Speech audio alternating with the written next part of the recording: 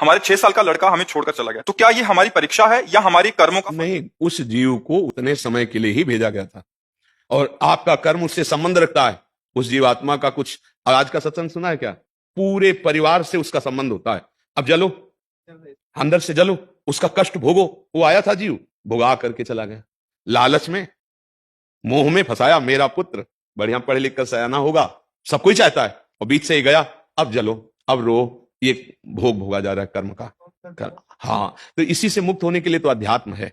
जो जीव कोई गर्भ, बिल्कुल सत्संग में सुनो, अगर ध्यान से सुनो कि कुछ गर्भे में चले जाते हैं, कुछ बाहर आके चले जाते हैं, कुछ यौवन अवस्था में चले जाते हैं, कोई परिपक्व अवस्था में जाते हैं, उसमें भी वो प्रकट होकर के यदि आपको दुख देना है तो ऐसे आचरण करेगा कि जिंदा में भी रोते रहोगे, जिंदा में भी रोते रहोगे। और अगर सुख देना है तो ऐसे आचरण करेगा कि सोच सोच कर तुम्हें आनंद से छाती फूलेगी। ये ऋणानुबंध है, कर्मों का भोग है। इसलिए मान लो मेरे कर्मों का भोग है, और नाम जप करते हुए भगवान से प्रार्थना करो कि उसका भी मंगल हो जाए जो हमारे समीप आया था, और प्रभु हमें मोह से मुक्त करो, हमारा हृदय आपके चरणों में लगे।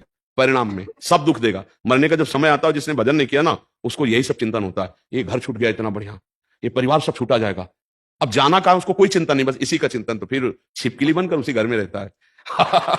श्वान कुत्ता बल के दरवाजे पे बैठा रहता है। बड़ा विचित्र खेल है। इसलिए नाम जप करो और अज्ञान का भगवान से प्रार्थना करो कि नाश कर दे, जिससे हम इस संसार से मुक्त हो जाए। बड़ा दुखमय संसार है।